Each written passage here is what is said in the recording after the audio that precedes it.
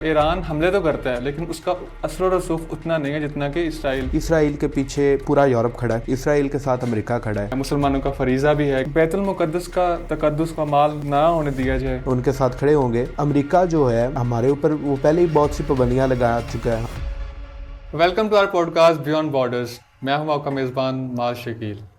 پچھلے ایک سال سے اسرائیلی بربریت نے مشرق وسطیٰ کی صورتحال کو کشیدہ کر رکھا ہے۔ اسی صورتحال پہ بات کرنے کے لیے آج ہمارے ساتھ موجود ہیں ہمارے مہمان سدید ضیاء بھٹی۔ جی سدید، السلام علیکم۔ وعلیکم السلام۔ سدید، یو این او کے سالانہ اجلاس میں اسرائیلی وزیر اعظم نیتن یاہو نے ایک میپ پریزنٹ کیا جس میں اس نے کہا کہ بلیسنگ اور کرس۔ بلیسنگ میں اس نے بھارت کو پریزنٹ کیا اور کرس میں ایران کو۔ تو ایران اور بھارت ہمارے دونوں ہمسائے ہیں، آنے والے دنوں میں ان کی وجہ سے ہمارے اوپر کیا اثرات مرتب ہو سکتے ہیں؟ اس وقت تو پاکستان کی جو کنڈیشن ہے، پاکستان نیوٹرل ہے۔ پاکستان نے ایک موقف تو اپنایا ہے، سیاسی طور پہ ان کی امداد بھی کر رہا ہے، مدد کر رہا ہے فلسطین کی، لیکن ویسے اگر دفاعی طور پہ دیکھا جائے تو پاکستان فلسطین کو کوئی سپورٹ نہیں کر رہا اس ٹائم۔ لیکن جس طرف حالات جا رہے ہیں، جس طرح نیتن یاہو نے بھارت کو کہا ہے کہ یہ ہمارا بلیسنگ ہے اور ایران ہمارا جو ہے وہ کرس ہے، تو بھارت کے ساتھ ہماری مطلب کہ روایتی دشمنی چلی آ رہی پچھلے 70 سال سے، تو کیونکہ وہ ہمارا دشمن ہے تو ظاہر سی بات ہے جہاں بھارت کھڑا ہوگا وہاں ہم تو کھڑے نہیں ہوں گے نا، یہ تو ایک بڑا واضح ہے۔ اور دوسرا یہ کہ ایران ہمارا جو ہے وہ ایک ان کے ساتھ ہمارا مذہبی رشتہ بھی ہے، ٹھیک ہے، پڑوسی ہونے کے ساتھ ساتھ ہمارا مذہب بھی ایک ہی ہے۔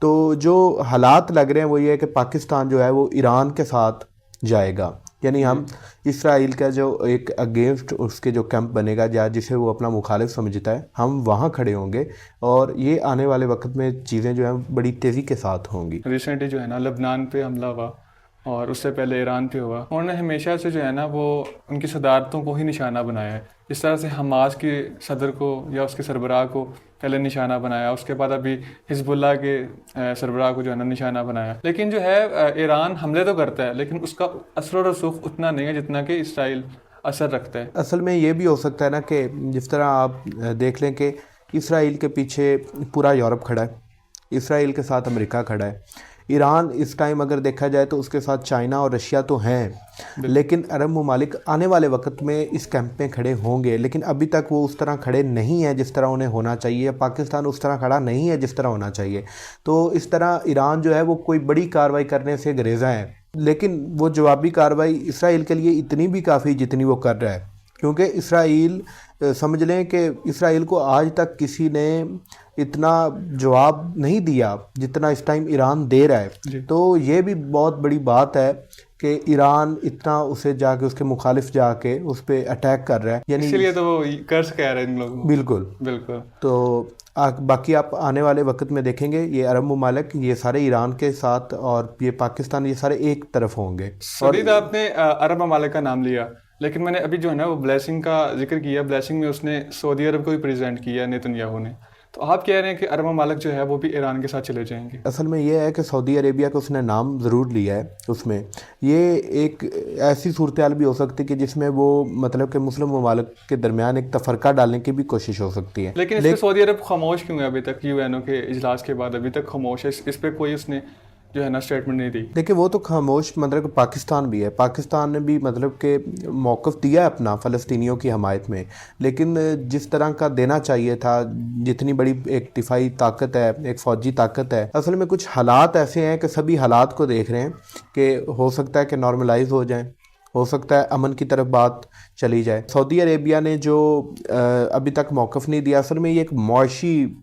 فائدے کی بھی بات آ جاتی ہے یہاں پہ، کیونکہ اسرائیل جس بلیسنگ کی بات کر رہا ہے وہ روڈ میپ کا بتا رہا ہے کہ جس سے عرب ممالک بحر ہند کے ساتھ جو ہے نا وہ جڑ جائیں گے، ٹھیک ہے، یہ تجارت میں عرب ممالک کو اور اسرائیل کو بہت زیادہ اس میں فائدہ ہوگا، ساتھ انڈیا کو بھی ہوگا۔ سدید، ہم ابھی آتے ہیں پاکستان کی طرف۔ یہ اسلامی جمہوریہ پاکستان ہے، مسلمانوں کا فریضہ بھی ہے بیت المقدس کا تقدس کا مال نہ ہونے دیا جائے، لیکن نہ کہ یہ صرف فلسطینیوں کا فرض ہے۔ پاکستان ابھی تک یہی باتیں کر رہا ہے کہ جو ہے نا وہ دو طرفہ حل ہو۔ ہمیں ابھی کافی معاشی مشکلات کا سامنا ہے، جس کی وجہ سے ابھی ہم اپنا کوئی واضح موقف نہیں دے سکتے کہ ہم مطلب کہ فلسطینیوں کے ساتھ یا ان کی حمایت کرتے ہیں، کیونکہ ظاہر سی بات ہے اگر ہم ہوں گے ان کے ساتھ کھڑے ہوں گے تو امریکہ جو ہے وہ ہمارے اوپر وہ پہلے ہی بہت سی پابندیاں لگا چکا ہے. ہمارے جو میزائل کے اوپر انہوں نے پابندیاں لگائی ہیں, اس لیے ہم ابھی کھل کے سامنے نہیں آ سکتے. پچھلے ایک سال کے اندر جو ہے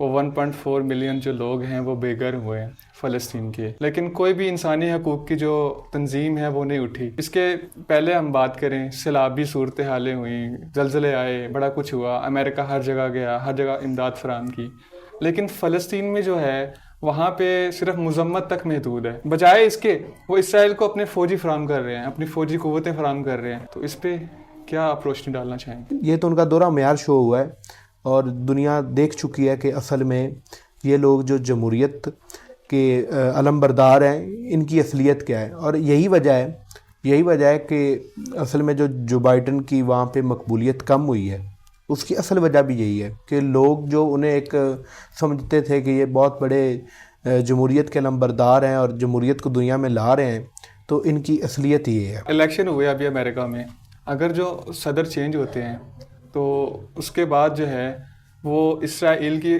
جو صورتحال ہے فلسطین کی وہ چینج ہوتی نظر آئے گی کہ نہیں؟ اگر دیکھا جائے تو جو صدر ٹرمپ ہے وہ اگر صدر بنتے ہیں تو یہ صورتحال اس طرح ہے کہ اگر ہم ان کے جو پیچھے والا جو ٹنیور ایک گزرا ہے 4 سالہ, اس میں جو امریکہ نے کوئی نئی جنگ شروع نہیں کی, بلکہ امریکہ نے جو پہلے سے جاری جنگیں تھیں عراق میں, افغانستان میں, وہاں پہ وہ جنگیں ختم کرنے کی کوششیں کی. جیسا کہ افغانستان سے امریکی فوج کا انخلا اس کا ایک واضح دلیل ہے. بالکل. تو اگر اس چیز کو ہم سامنے رکھیں تو پھر یہ ہم توقع کر سکتے ہیں جو جنگی صورتحال یا دنیا کا جو امن خراب ہے وہ کچھ بہتر ہو سکتا ہے. لیکن اگر اسرائیل کے اور امریکہ کے تعلقات جو ہیں ان کو مد نظر رکھیں تو پھر ہمیں کوئی صورتحال نظر نہیں آتی کہ کوئی امن آگے قائم ہوگا. سدید, بہت شکریہ, آپ نے ہمیں وقت دیا.